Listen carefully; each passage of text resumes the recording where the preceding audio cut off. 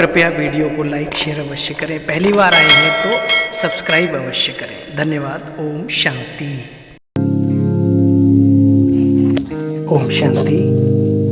आइए आज ईश्वरीय महावाक्यों को सुनने से पहले चंद सेकंड प्रभु स्मृति में अपने मन को टिकाएंगे।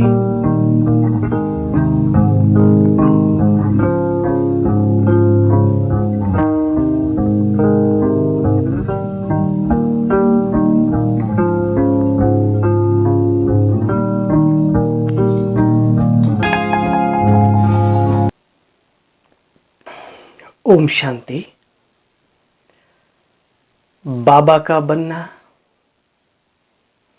बहुत बड़े परम परम परम सौभाग्य की बात है।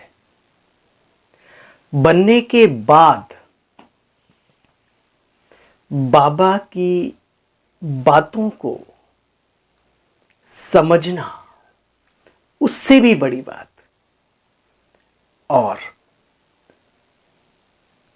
उससे भी बड़ी बात यह है कि हम बाबा के महावाक्यों के साथ साथ बाबा के हृदय की यानी ईश्वरीय हृदय की भावनाओं को भी अगर समझने लगे शब्दों के साथ, ज्ञान के साथ, तो ये हमारा ब्राह्मण जीवन धन्य धन्य हो जाएगा। आज के महावाक्य हमें सिखा रहे हैं कि वो पिता, परम पिता और आदि पिता दोनों ही यानी परमात्मा और प्रजापिता ब्रह्मा बाबा दोनों का हम बच्चों के प्रति क्या भावनाएं हैं, क्या विचारधारा है, क्या स्नेह है, क्या भविष्य के प्रति हम बच्चों के लिए उनकी फिक्र है। तो आइए शब्दों के साथ आज ईश्वरीय भावनाओं को ग्रहण करेंगे। बाबा कहते मीठे बच्चे, मीठे आज्ञाकारी बच्चे, तुम्हें सदा अतीन्द्रिय सुख में रहना है। हृदय की चाहत क्या है कि मेरा हर बच्चा अतीन्द्रिय सुख में रहे, आनंदमय स्थिति में रहे। तुम्हें सदा अतीन्द्रिय सुख में रहना है, कभी भी रोना नहीं, क्योंकि तुम्हें अभी ऊंचे से ऊंचा बाप मिला है। दुनिया में जो अति प्रिय होता है वही आपकी आंखों में चमक देखना चाहता है, आंसू देखना नहीं चाहता। तो ऐसा है हमारा बाबा हम सब बच्चों के लिए। प्रश्न, अतीन्द्रिय सुख तुम गोप गोपिकाओं का गाया हुआ है, देवताओं का नहीं, आखिर क्यों? क्योंकि अभी तुम बच्चे ईश्वरीय संतान बने हो। बाबा नशे के ऊपर भी ध्यान खिंचवाते हैं कि हर बच्चे को कम से कम ये नशा अवश्य रहे कि वो वर्तमान समय ईश्वरीय पालना में पल रहा है उसका बच्चा बनकर, क्योंकि तुम अभी ईश्वर की संतान बने हो। गीत, मुझको सहारा देने वाले दिल कहे तेरा शुक्रिया। ओम शांति। यह एक ने कहा या दो ने कहा है, ये नॉलेज बहुत रमणीक है, ज्ञानी है। क्योंकि बाप बाप भी है तो दादा भी साथ में तो है ना, ब्रह्मा बाबा और शिव बाबा दोनों का। और देखो बाबा कैसे सत्य को भी जो नहीं समझे उसको समझाने के लिए कहाँ कहाँ से बातें लाते हैं अपने बच्चों के लिए। क्योंकि बाप भी है तो दादा भी है। तो यह ओम शांति किसने कहा? बच्चे दोनों को कहना पड़े, दोनों कह सकते हैं एक साथ, क्या दिक्कत है? क्योंकि तुम बच्चे जानते हो दो आत्माएं हैं, एक आत्मा और दूसरी परम आत्मा, एक शरीर में, एक डिब्बे में दो हीरे। इन सबको जीव आत्मा कहा जाता है जो सामने बैठे हैं शरीरों में। बाबा कहते हैं जीव के साथ आत्माएं हैं। तुम बच्चे भी अर्थात तुम आत्माएं भी यहाँ पार्ट बजाने आए हो। दूसरे धर्मों की कोई बात नहीं। बाबा तो आते ही इस भारत वर्ष में है और जितनी महिमा भगवान की है उतनी ही महिमा इस भारत भूमि, भारत स्थान की है, जन्म स्थल है ईश्वर का ये। भारत ही बर्थ प्लेस है। जन्म जयंती यानी शिव जयंती भी मनाते हैं, परंतु मनुष्य जानते नहीं कि वो शिव कौन है, कहाँ रहते हैं और कब आते हैं। ये इसी समय पर बाबा इन सब बातों को अपने बच्चों के सामने ओपन करते, खोलते हैं। कहते बच्चे जब बाप आते हैं तो कई लोग संशय में आते हैं ना बाबा के ज्ञान को सुन के। कहते हैं बाबा वहां बच्चे कैसे पैदा होंगे, कहाँ, सत्य युगी सतो प्रधान दुनिया में। बोलो बच्चे पहले उस बाप को जानो। कभी बाबा के बच्चों से भी कोई पूछे तो बाबा कहते बोलो ऐसी आत्माओं को पहले उस निराकार परम ज्योति परम सत्ता परम पिता परमात्मा को जानो, उनसे वर्षा ले लो, जो वो देने आए हैं पहले उसको ले लो अपने जीवन काल में। बाकी बच्चे वहां जो रस्म रिवाज चलती होगी वो चलेगी अवश्य। तुम क्यों संशय उठाते हो? कोई ने पूछा कि शिव बाबा जब यहाँ आते हैं तो मूल वतन में आत्माएं होंगी। हाँ बच्चे जरूर होंगी। वृद्धि हो रही है तो आत्माएं तो है ना, यहाँ पब्लिक बढ़ रही है तो इसका मतलब उधर आत्माएं हैं अभी। परंतु पहली पहली बच्चे बात है बाप और वर्षे को याद करना। इन बातों से तुम्हारा क्या मतलब? तुम्हारे जब ज्ञान चक्षु खुल जाएंगे फिर कोई प्रश्न पूछने का रहेगा नहीं। बाप कहते बच्चे मुझे याद करो और बाबा के द्वारा जो मिल रही हैं प्राप्तियां वर्षे को याद करो। सिर्फ मुक्ति पाना चाहते हो तो भी मन मना भव, चलो नहीं चाहिए सतयुग में, लेकिन मुक्ति भी चाहिए तो ईश्वर की याद से ही संभव है, तो मन मना भव। राजाई चाहते हो तो मध्याजी भव, यानी मध्य में जो देवत्व है विष्णु चतुर्भुज विराजमान है उनके जैसा जीवन धारण करो इस समय पर, मतलब वो संस्कारों को लाओ देवत्व वाले। तो हम बच्चे जानते हो हमको पढ़ाने वाला कौन है? इस चैतन्य डिब्बी में चैतन्य हीरा बैठा है। परम बाबा वह सत बाबा है। परम आत्मा कैसे शरीर से बोलते हैं देखो तो। कोई मरता है तो उनकी आत्मा को बुलाया जाता है। अब बाबा मिसाल दे रहे हैं, पहले जमाने में ऐसा होता था। बाबा ने कहा बुलाया जाता, उस समय ख्याल रहता है कि यह हमारे फलाने की पिता के भी पिता की दादी की जो भी शरीर छोड़ता था घर में बुजुर्ग, उसकी आत्मा आई है। जैसे कि दो आत्माएं हो गई, उस ब्राह्मण के तन में उसकी अपनी भी आत्मा और वो भी। बच्चे बाबा ने आज बहुत ऊंची बात कही। बाबा ने कहा बच्चे वह आत्मा वासना लेती है आकर के, भाई क्या क्या खिलाते हैं वो वासना लेती है। ये तो सब ड्रामा है, परंतु फिर भी भावना का भाड़ा मिलता है। आगे ब्राह्मणों में पवित्रता की, शुद्धता की, आत्मिक शक्ति की बहुत ताकत थी। आकर बातचीत करती थी, वो आत्माओं को संकल्प से बुलाते थे, वो आत्मा आती थी शरीर छोड़ के जो चली गई। उसमें भारत में बहुत चला, आकर के बातचीत करती थी। रुचि से उनकी मनपसंद चीजों को खिलाया जाता था। यह ज्ञान तो नहीं है कि वह आत्मा है, परंतु आत्मा आती वासना लेती। बाबा तो वासना भी नहीं लेते, क्योंकि बाप को अभोक्ता कहा जाता है। आत्मा तो भोगती है ना, बाबा कहते हैं मैं अभोक्ता हूं। आत्मा तो वासना की मुरीद होती है, मैं तो बच्चे मुरीद नहीं हूं। मेरे साथ योग लगाने से तुम्हारे विकर्म दग्ध होंगे। लेकिन इसका मतलब ये नहीं कि बाबा को बिना खिलाए खाएं। अरे भाई जो हमें खिलाता है उसको श्रद्धा पूर्वक समर्पित तो करें, शक्ति भर जाएगी। वो वासना नहीं लेते लेकिन शक्ति जरूर भर देते हैं अपनी तरंगों से, ठीक है। तो बाबा कहते अब तुम बच्चे जानते हो इस चैतन्य डिब्बी में कौड़ी से हीरे बनाने वाला बाप बैठा हुआ है। ये वही बाप, वही सतचित आनंद स्वरूप ज्ञान का सागर है बाबा हमारा। कोई बच्चे तो थोड़ी सी परीक्षा आ जाती है जीवन में तो फांव हो जाते हैं। अरे बिना पेपर के पास कैसे होते हो? छोटी मोटी नौकरी के लिए रात दिन नाक रगड़नी पड़ती है। स्कूल में बच्चे कितनी मेहनत करते हैं, रात दिन।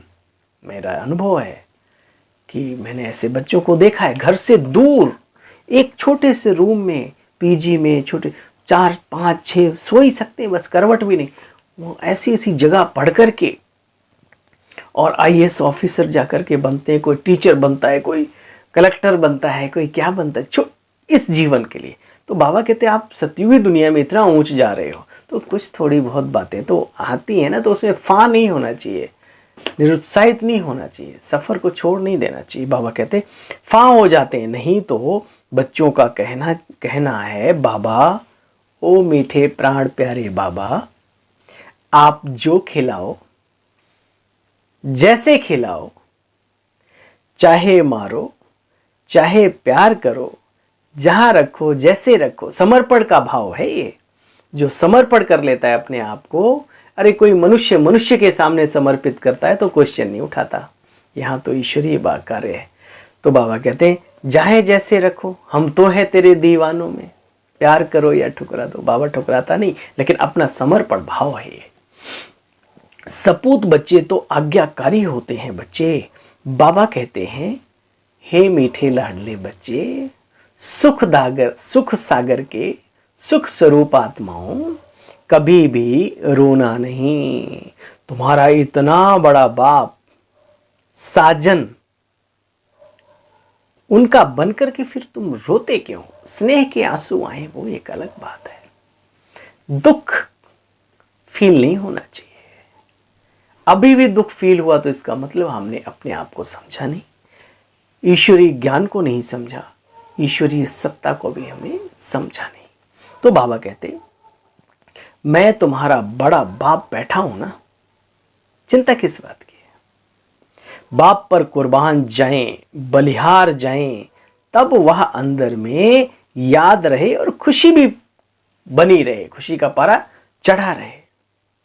वैसे तो मैं यहां बहुतों से बातचीत करता हूं, कहावत भी है मूत पलीती कपड़ धोए, फिर भी बाबा ने कहा, बाबा को इंद्र भी कहा जाता है, और इस इंद्र सभा में ऐसे वैसे को लाना ठीक नहीं है, वातावरण खराब होता है। बाबा ने कहा वैसे तो मैं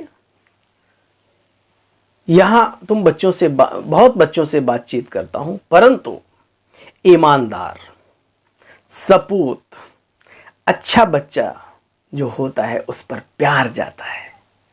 अब देखो बाबा के करीब और दूर की बात यहां समाप्त हो गई।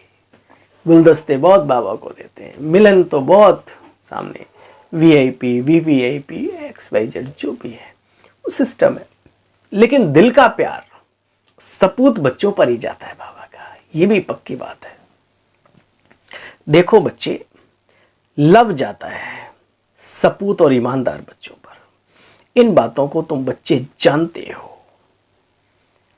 पतित पावन कहते हैं बाप को, कुछ भी समझते नहीं मनुष्य, तो सिर्फ कहते रहते हैं। पतित पावन बाप कैसे है सो तुम जानते हो। तुम तो वही हो जिन्होंने कल पहले भी बाबा को मदद की थी। अरे बाबा हम क्या मदद करेंगे, आप ही हमारा जीवन परिवर्तन करते हो। सच्चे सच्चे मददगार तो आप ही हो इस संपूर्ण ब्रह्मांड के। आत्माओं को तो छोड़ो, सतयुग में थोड़े ही मालूम पड़ेगा कि हमने ये राज्य कैसे लिया था। मालूम हो तो फिर कहने ही क्या है, नहीं मालूम होना भी अच्छा है, नहीं तो बड़ी दिक्कत हो जाए। देखो बच्चे, जानते हो यह बाप यानी बेहद का बाप बड़ी आसामी है, बहुत बड़ी आसामी है। विचार करो कितनी बड़ी सत्ता से जुड़े हैं। अरे इस भूलोक, कभी एकांत में बैठो, पृथ्वी क्या है, पूरा ब्रह्मांड क्या है, इसमें कितने ग्रह नक्षत्र, ये वो कितना सिस्टम है, और वो सारा मुट्ठी में किसके है, उसके साथ जुड़े हैं आप। हम बाप भारत को कौड़ी से हीरे जैसा बनाते हैं, यहां पर ही स्वर्ग स्थापन कर रहे हैं। इस समय तुम बच्चों में देखो बाबा की चाहत देखो। अब इसमें फायदा किसका है? अगर बाबा की कही हुई बातों को हम अपने जीवन में धारण करते हैं तो यहाँ पर ही आपको मान, सम्मान, जीवन की पर्याप्त चीज़ें जो मनुष्य को चाहिए होती हैं, जिसके लिए जीवन भर भटकता है, वो चुटकी में मिलती हैं बाबा के बच्चों को। कोई भी हो, बहन हो, भाई हो, बच्चा हो, बूढ़ा हो, कोई भी। बाबा कहते हैं इस समय तुम्हारे में बड़ी रॉयल्टी चाहिए। कौन सी रॉयल्टी? डिवाइन रॉयल्टी, है ना, दिव्य गुणों वाली रॉयल्टी। तुम हो मनुष्य को देवता बनने वाले के साथ साथ बनाने वाले भी हो। अतीन्द्रिय सुख भी गोपियों का गाया हुआ है बच्चे, देवी देवताओं का नहीं। कभी ऐसे नहीं कहा कि अतीन्द्रिय सुख पूछना हो तो श्री लक्ष्मी नारायण से पूछो। नहीं बच्चे, गोपियों के लिए कहा गया है, क्योंकि वे हैं ईश्वरीय संतानें, औलादें। देवता बनते हो तो बच्चे थोड़ी डिग्री कम हो जाती है। बाबा वैल्यू बता रहे हैं प्रेजेंट टाइम की, कि इस समय पर हीरे तुल्य जीवन है, इसके मूल्य को समझो और मूल्यवान बनो संसार में। राजाएं कितना दबदबे से चलते हैं, बाबा ने मिसाल दिया। आजकल के जो वीआईपी, जो अपने आप को थोड़ा सा भी ऊंचा स्टेटस होता है, कितनी रॉयल्टी से चलते हैं। उन्हें कोई फूलों का गुलदस्ता भी देता, थोड़ा लिया और आगे बढ़ा दिया, उसको रख नहीं लेते। और ऐसे भी कलाकार हैं इस संसार में कि कहीं स्टेज पे गए, कहीं थोड़ा माला डाल दिया तो माला और वो पूरा घर तक रास्ते में दिखाते चलते। वाह वाह वाह। अब आप देखो, लोग उनको देख के हंसते होंगे, उनकी रिस्पेक्ट करते होंगे। ये बहुत छोटी छोटी बातें हैं जो हमें जीवन में बहुत ऊंचा ले जाती हैं। तो बाबा कहते हैं राजाएं कितना दबदबे से चलते हैं, परंतु वर्तमान समय में बच्चे है तो तमो प्रधानता ना संसार में। क्या राजाएं, क्या प्रजा, जो भी है। कहते हैं शिव बाबा को मैं मदद करता हूं। अब बाबा बच्चों की छोटी छोटी कमियों को निकालना चाहता है। कहते हैं शिव बाबा को हम मदद करता हूं। अरे बच्चे, 21 जन्मों का वर्षा पालने के लिए देते हो, ऐसे कोई मत समझे कि मैंने बाबा को दिया। ये सौभाग्य है आपका जो आपका प्रभु स्वीकार कर रहा है, वरना संसार में तो हजारों अरबों ऐसे लोग पड़े हैं जिनके पास ओवरफ्लो मार रहा है, ओवरफ्लो पूरे वर्ल्ड के अंदर। देखो, बाबा को उनका नहीं चाहिए। बाबा को किनका चाहिए? बाबा को अपने बच्चों का चाहिए। अन्न कणा दाना जो रात दिन मेहनत करते हैं और उसमें से बाबा के कार्य में लगाते हैं, और बाबा का कार्य आगे बढ़ता है और उनका भाग्य बनता है। दिन दुना रात चौगुना कार्य बढ़ता है और पदम गुणा उनका भाग्य बनता है। तो देना भी देना नहीं हुआ, देना लेना हुआ। तो जहां देना ही लेना है वहां देने की बात ही क्या करनी है। अच्छा है ना, जितना लग जाए ईश्वरी कार्य में। बाबा कहते हैं ऐसे कोई नहीं समझे मैंने तो दिया, मैं तो 21 जन्मों का वर्षा लेता हूं बाप से। ऐसे संकल्प होना चाहिए। बाबा तो है ही गरीब निवास, गरीबों को ऊंचा उठाने वाले। 21 जन्मों का वर्षा देते हैं। यह बुद्धि में रहना चाहिए, सब कुछ बच्चों के काम में आता है। देखो बच्चे, देने वाला कभी खुद इकट्ठा नहीं करता। बाबा ने मिसाल दिया अभी संसार का। गांधी जी हुए, अन्य हमारे इतने देश राष्ट्र भक्त हुए, इतनी श्रेष्ठ आत्माएं जिन्होंने अपने घर नहीं देखा, परिवार नहीं देखा, अपना जीवन नहीं देखा, अपनी युवा अवस्था नहीं देखी, अपनी इच्छाएं नहीं देखी, कुर्बान हो गए। वो लोग लेकर के क्या करेंगे लोगों का? हाँ, अगर कुछ है भी तो अच्छे कार्य में लगाएंगे, जिस कार्य में लगे हुए। यहाँ तो दाता बैठा है, वो हमारा लेके क्या परम धाम लेके जाएगा? नहीं। बाबा ने कहा देने वाला कभी खुद इकट्ठा नहीं करते। वास्तव में आजकल तो समय थोड़ा ऐसा चल गया है, वास्तव में सन्यासियों को एक पैसा भी हाथ में नहीं होना चाहिए। लॉ है ना। अब ये अपने लिए भी बात है, चिंता नहीं करनी चाहिए। जिसकी चिंता वो कर रहा है बैठ के, उसे बैंकों में भरने की क्या जरूरत है? फिर बाद में वही चीजें दुख देती हैं। लॉ ऐसे है। सन्यासी ना, हम भी बेहद के सन्यासी हैं। तुमको तो बाप की राय पर चलना है। बाबा ये सब कुछ आपका है, जैसे आप कहेंगे ऐसे काम में हम लगाएंगे, चिंता की बात नहीं। बाबा डायरेक्शन देते रहते हैं, बच्चों को अमल में लाना चाहिए। बच्चों का ही फायदा है भाई। अच्छा, ओम शांति। मीठे मीठे स्किल दे बच्चों प्रति माता पिता बाप दादा का याद प्यार और गुड मॉर्निंग। रूहानी बाप की रूहानी बच्चों को नमस्ते बाबा, नमस्ते, शुक्रिया। धारणा का सार सुना, एक बार फिर रिपीट कर लेते हैं। कदम कदम पर राय पर चलना है बाप की, पूरा पूरा बलिहार जाना है। बाबा जहाँ बिठाए, जो खिलाए, जो पिलाए, जैसे रखे, तुम्ही संग खाऊं, तुम्ही को दिल का हाल सुनाऊं, ऐसा आज्ञाकारी होकर चलना है। अपनी चलन बहुत बहुत बहुत रॉयल रखनी है। हम ईश्वरीय औलाद हैं, इसलिए बहुत बड़ी रॉयल्टी से चलना है। कभी भी बच्चे रोना नहीं है, ये आज्ञा याद रखनी है आज की। वरदान, साधारण जीवन में भावना के आधार पर श्रेष्ठ भाग्य बनाने वाले पद्मा पदम भाग्यवान भव। बाप दादा को साधारण आत्माएं ही पसंद हैं। बाप दादा को साधारण आत्माएं ही पसंद हैं। किसकी पसंद है? हम सब। बाप स्वयं भी साधारण तन में आते हैं। आज का करोड़पति भी बच्चे साधारण ही तो है। साधारण बच्चों में भावनाएं होती हैं और बाप को भावना वाले बच्चे चाहिए। देह अभिमान वाले, देह भान वाले नहीं। ड्रामानुसार संगम युग पर साधारण बनना भी परम भाग्यशाली की निशानी है। साधारण बच्चे ही भाग्य विधाता बाप को अपना बना लेते हैं, मनुष्यों को नहीं, भगवान भाग्य विधाता को। इसलिए अनुभव करते हैं कि भाग्य पर मेरा अधिकार है। ऐसे अधिकारी ही पद्मा पदम भाग्यवान बन जाते हैं। स्लोगन, सेवाओं में दिल बड़ी हो तो असंभव कार्य भी संभव हो जाता है। हृदय बड़ा रखो, कार्य बड़ा होता जाएगा। और बड़ा कार्य करने वाले को बड़ा हृदय रखना ही चाहिए, विशाल दिल।